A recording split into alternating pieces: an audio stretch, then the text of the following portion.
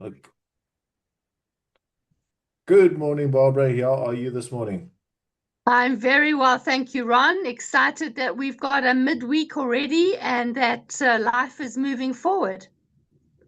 Fantastic. It's same here, and I'm quite excited about the new series that we're going to start on money mindset and how to use money mindset with your two books that you've written, Yes, Yes, You, as well as Wimp to Warrior. And I want to kick off with mindset.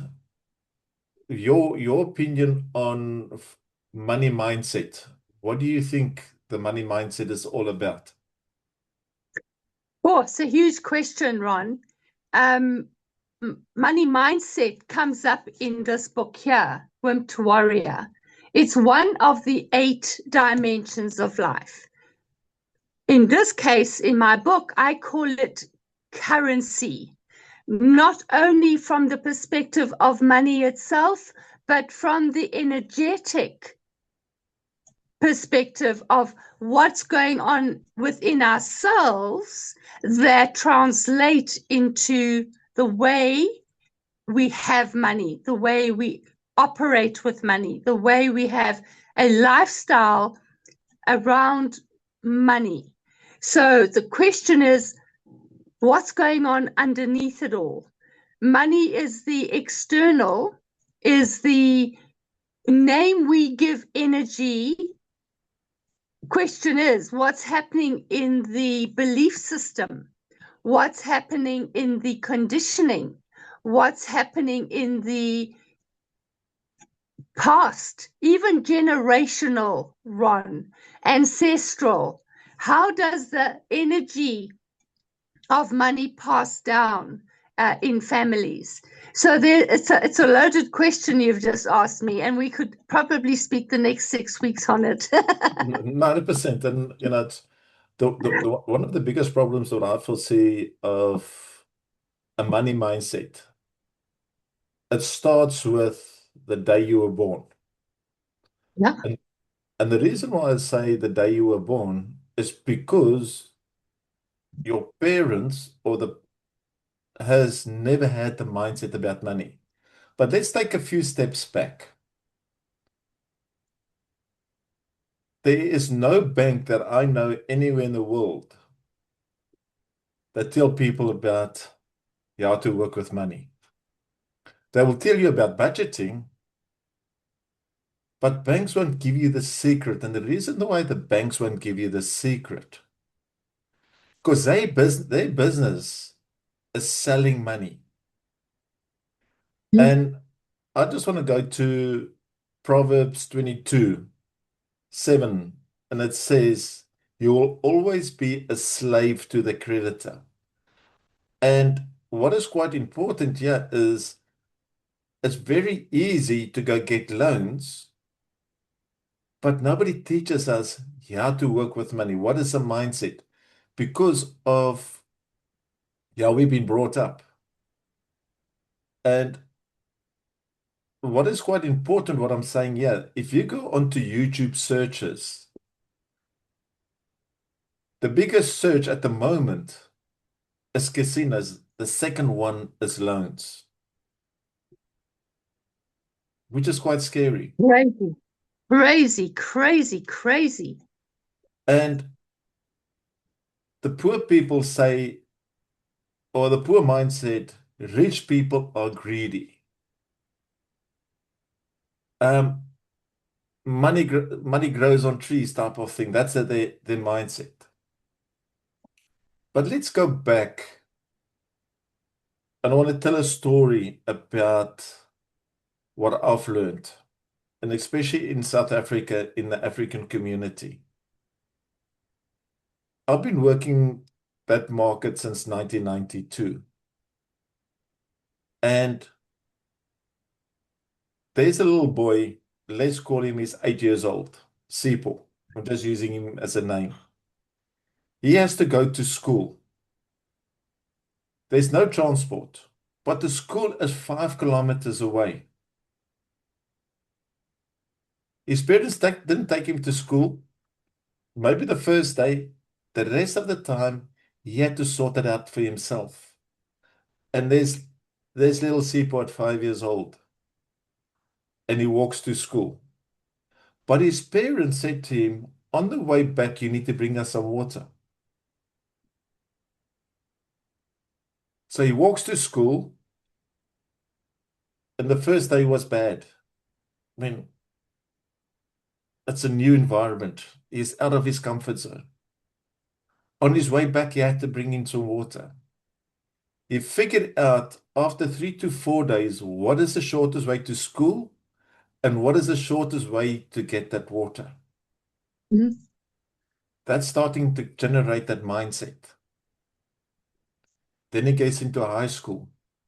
Same principle, new friends, and he looks at different opportunities. The school might be further. And this is where the mindset comes in. And the parent says, go to university because you're going to get a job. And the sad part is, he lost all of that entrepreneurial skills of figuring stuff out because I put money in front of the education instead of looking at the entrepreneurial side of growing the mindset. Because people say, I can't afford it.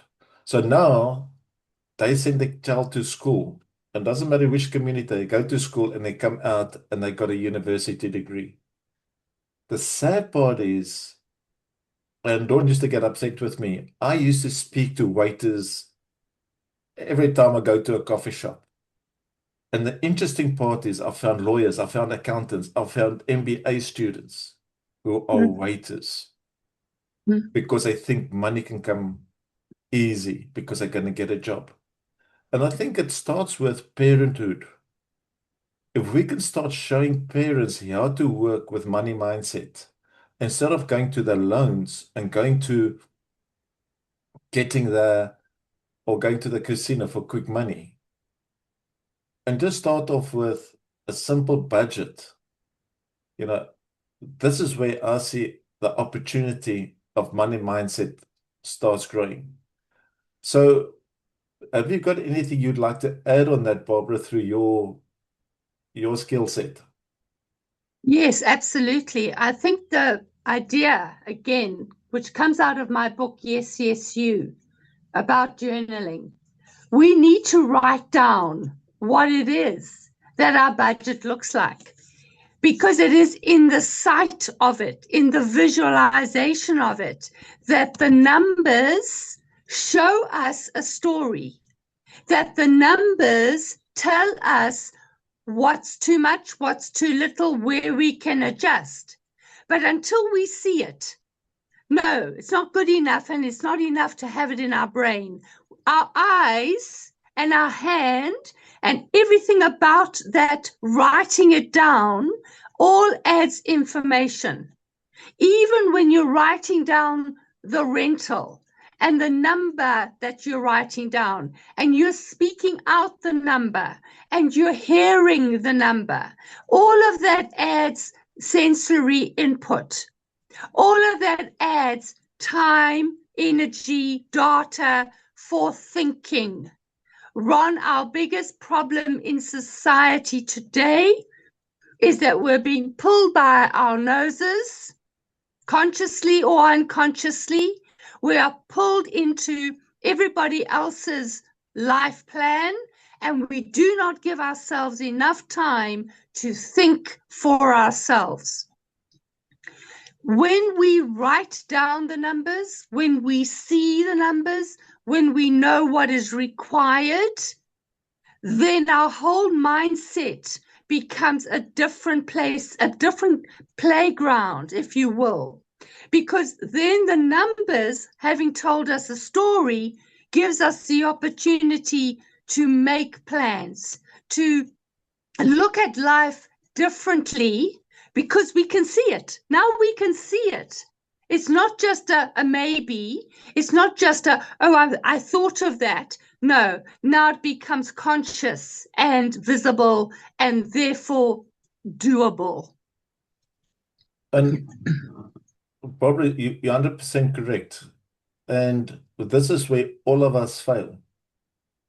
The first thing that you have to do every morning is to look at your bank statement. That's the key to your success.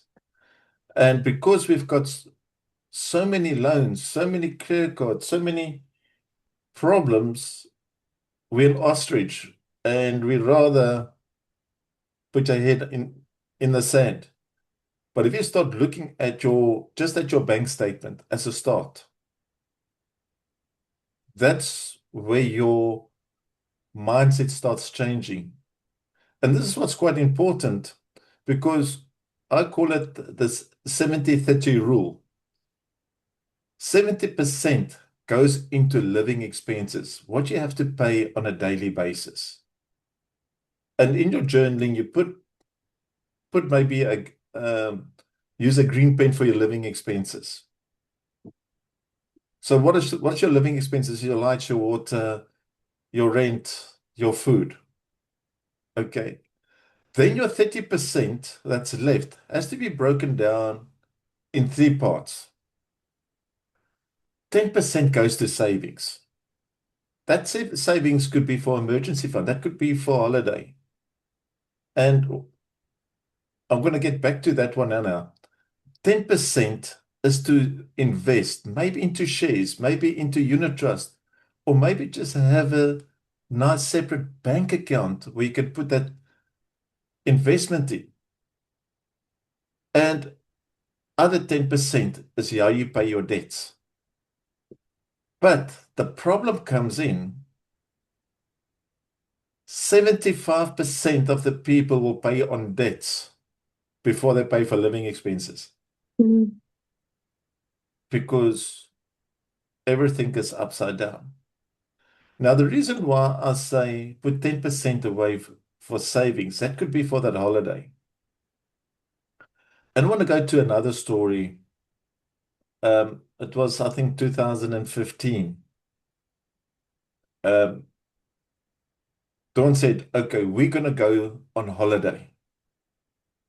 And she booked in January for December.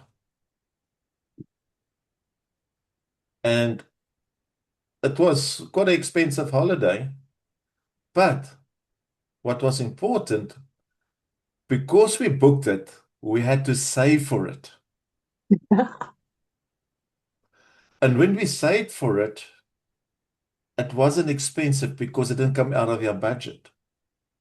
And because we've written it down, as you said, in your journaling in Yes, Yes, You and Winter Warrior, by writing it in the journal, we could start visualizing the holiday by speaking to it. And it went closer and closer. And we had a great holiday because we've written it down and we planned for it. And that's why the mindset of lots of times with people who's having maybe nice cars or maybe nice houses, it doesn't mean that they plan for it because you've got two sides. Some wants to live like the Joneses and the other ones is building wealth. It's which one do you fit in? Do you want the image or do you want to build wealth that nobody knows what you've got, or do you want to leave a legacy? And those are a lot of things that we have to generate through the different mindsets of people. Um, so how do you see in your the work that you've done on how the mindset of money disrupts families? Disrupts families is what you said. Is that Yeah, correct? that's correct. Okay. Yes. So the money is a disruptor in many families. And I put it down to one thing. There's a lack of clarity. The clarity of what's coming in, the clarity of what's going out, the clarity of buy-in from all members of the family. And I do believe, Ron, that the children should be involved in the budgeting. If children understand the numbers in the family, they will hold back on the super duper sneakers. They will contribute newspaper routes. They will make things happen with the parents rather than against the parents. When they are included, creating clarity, everybody's on the same page. 100%, Barbara. And I wanted to bring into another story of being in the financial literacy business because of mindset and what people perceive, what they see. I was invited to be a guest speaker for Gagazi Radio, which is the second biggest radio station in South Africa. And we had done a roadshow for the Department of Health. And we had to do a presentation on mindset about money and savings to school children and the community. And while we while one of the guest speakers was speaking, I can't remember who it was, and he was speaking and talking about the guys with the fancy cars. And this young girl of 12 years old stood up and says, I'll sell my body to the guy that drives a BMW because he's got money. I mean, the speaker at that stage, he was still speaking, and I got so upset, I grabbed the mic.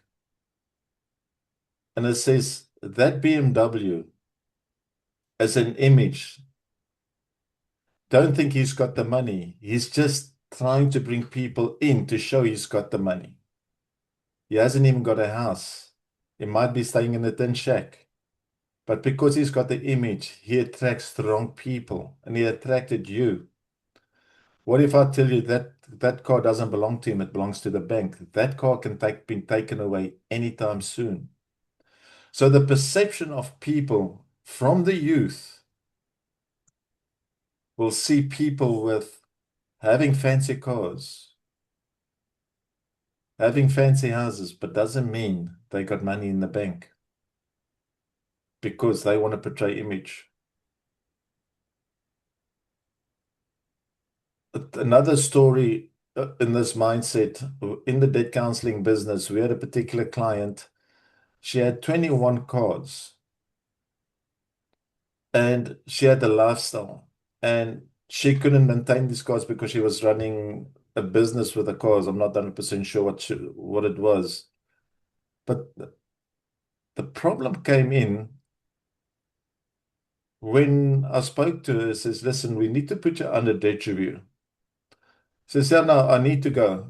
I met her at a sports event and says, don't tell people that I'm under debt review. She was buying the most expensive champagne there is to entertain her friends, to fit into the crowd. And that is where mindset comes in. Bring yourself down to the level and start building up. We all lose money. I've been nearly bankrupt 3 or 4 times, but money never controlled me. And this is where the problem comes in with money. Money controls us instead of us controlling money. 100%. 100%. Money is a tool. Money is not the master. It is the servant. Money is a means for something purposeful in life. Money is a process, a way forward, availability to make dreams come true. Money is not the dream. Money is paper, for goodness sake. And in today's economy, it's not even backed by gold. So paper is basically paper. The problem is we're exchanging this paper thinking it's got some value. Actually, it doesn't. The sad part is we need the paper to buy the bread and the milk. But the bigger, beautiful story is that the energy of money comes from within us, comes from inside of us. How do we determine what money is in our life? How do we determine the value it gives us in alignment with the values we have about life? So it's all very well having a big, beautiful home, but for goodness sake, have a correlation of the values of why this big, beautiful house is important, because it can become an asset rather than a liability. We have to think about money from the perspective of growing us as human beings, truly from the inside, not from the perception of imaginary wealth, but internal wealth. When we grow ourselves with an internal wealth, Ron, we understand ourselves. We stand in confidence. We stand in the ability to know who we are as human beings. That is real value. And Barbara, 100% correct, which brings me to the next question is the emotional influence about money and the other emotions affects us.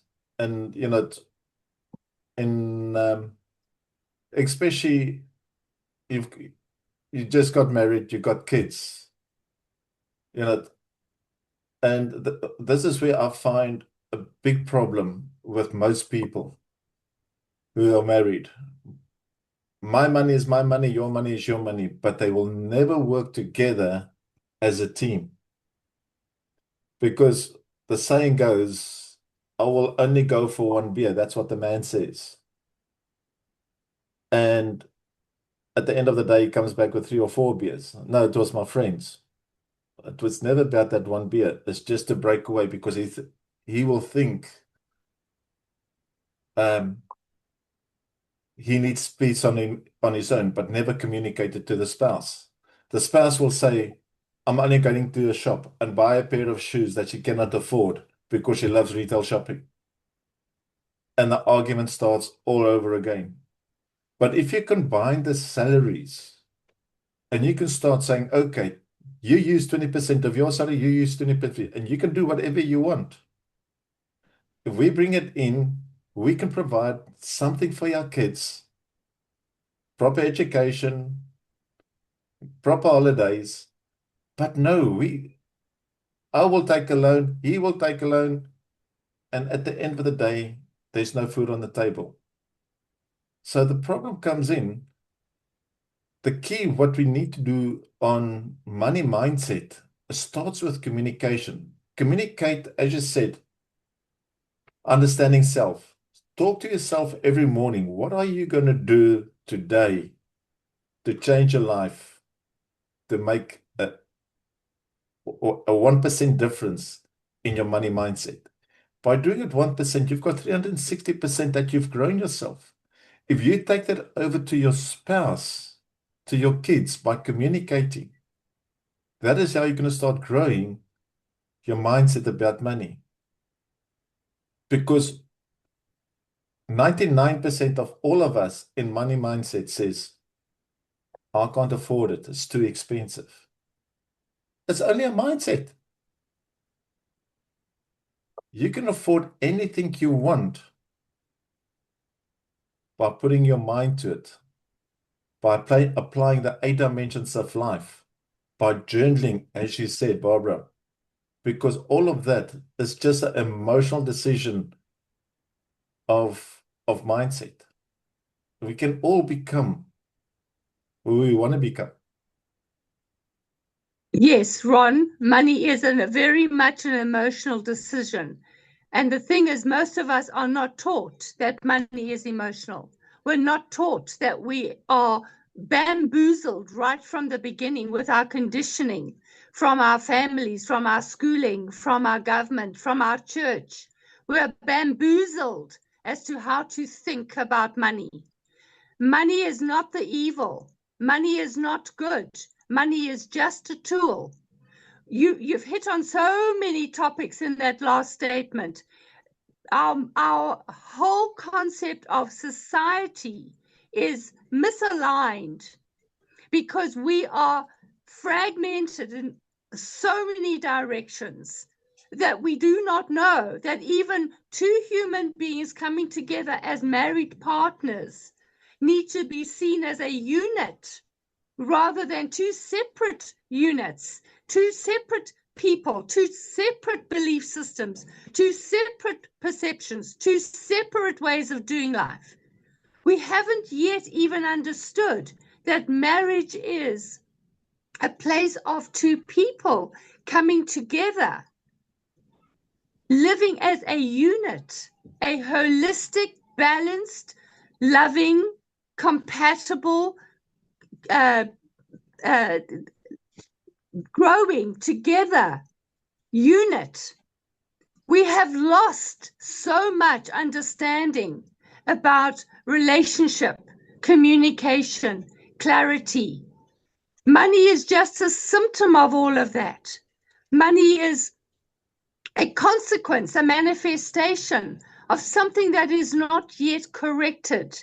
And if we can just see money as a messenger as to what's happening, where is the default? Where is the place I'm not thinking? Where is the area that needs growth inside of myself? Because when we find that space, there's a place where things just start to move in our favor, in our direction of moving forward. 100%, It's a big subject, Ron. This is a very big subject. 100%, Barbara. And it brings me to the things that we've discussed in Wim to Warrior and Yes Yes You is the happiness system.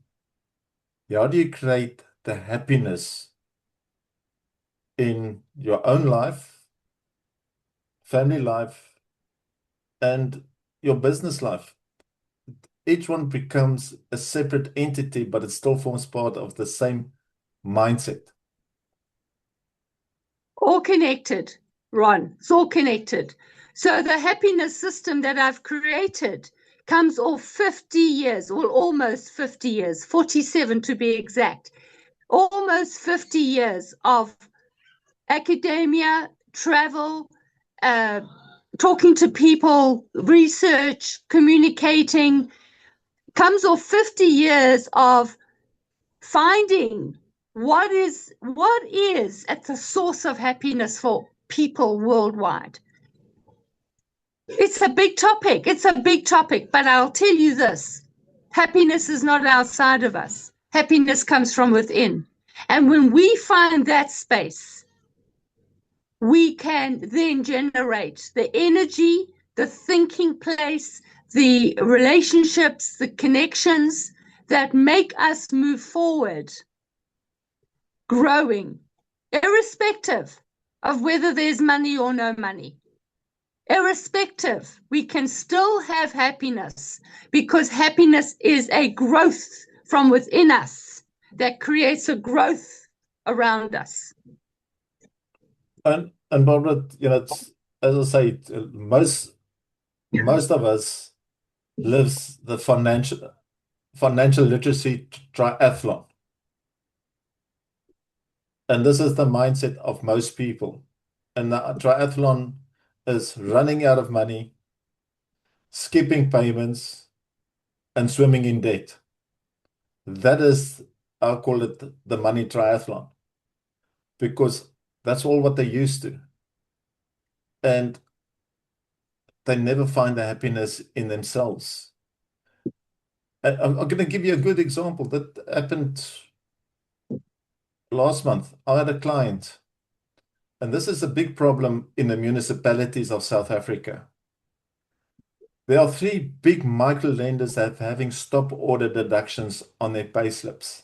And I've got, in the one municipality, I've seen more than 20 people taking home zero salaries because of loans coming off the payslip.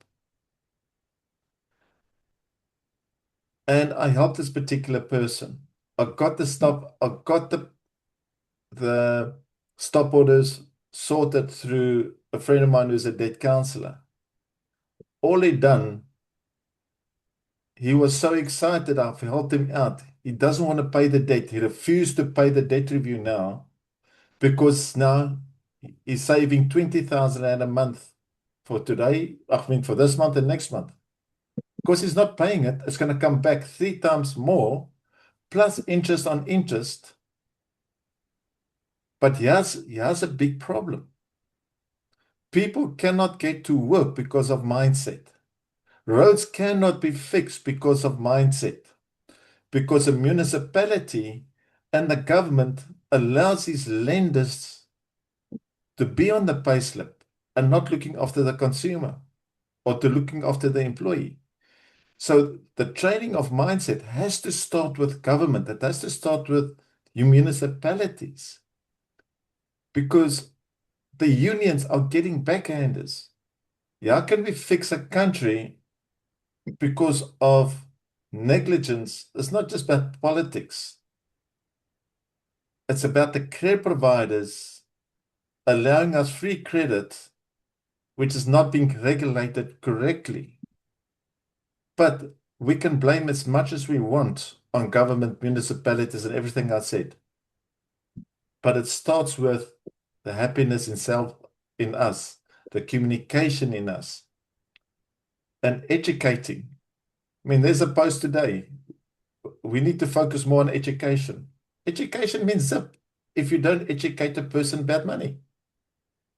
And from inside out, we are so externally oriented with other people's opinions and other people's ideas and other people's values that we have lost any dignity that we have as a human being. We have lost the growth of self. Ron, if we are not growing on a day-by-day basis in one form or another, I talk about 8 dimensions of form of growth. We have to be growing so that we can stand in groundedness, stand in tallness, stand in dignity and uniqueness. Because without that, Ron, we are sucked dry, sucked dry. No, 100%. And as you rightly said, money is only a tool. It's not an identity. I mean, if you want to have an identity, you'll always be broke because you're following images. And this is what's quite interesting. If you look at rich people or wealthy people, they never have designer clothes. Gucci, Nike, all of those has been designed for image, for the poor people to look rich. Rich or wealthy people invest in themselves instead of investing in money. And as soon as we can adapt that mindset, and your book describes all of that 8 dimensions of life by understanding self first, having your journal, that is the key, what we have to understand. And one of the keys, what we forgot to mention, we can discuss it maybe next week, and that is habits, Barbara. How do we change our habits on a daily basis? So next week, Wednesday, I mean, we can talk about habits. And anybody that's listening, if you need to read these books, it will be in the description. You can download it through Amazon, or Barbara's contact details will be in there. My contact details will be in there, and maybe you can get a hard copy. So, Barbara, your last thoughts on money mindset. Money is about options. Money is about generosity. Money is about learning what new habits need to be created. Money is an amazing energy. Money is a manifestation of what's going on inside. Money is a way of growing self from the inside out. If we are just a little bit conscious of who we are as human beings, and that we are worthy as human beings, and that we have values and that we have value, and we have skill sets and we have abilities that humanity actually needs, that we have something that the world actually needs from us. And from that, we can generate money. Money is the tool. It is not the master. It is the servant. Money is an amazing manifestation of life energy. 100% Barbara. So I put a quote together and I said, a money mindset must replace the deep scarcity of self-belief with abundance of consistency and conditioning. So, we need to focus on what we want, because I want to close off with this. The difference between the needs and wants. Most of us want something because people don't understand the difference between wants and needs. And a need is something that you need every day. Water is a need. Electricity is a need. Food is a need. A want is a loan, not a need to want it. Start with your needs first and take the wants will come. But you have to work on the 7, 10, 10, 10 and change your mindset about money. As Barbara said, it's only a tool. And get those books, Yes, Yes, You and Wim to Warrior. Barbara, thanks a lot. We're on the hour or 45 minutes in. But anyway, it was a great show. Much appreciated, Barbara. Thank you, Ron. Thank you for anybody who is watching and listening, and look forward to our connection with each other. Bye.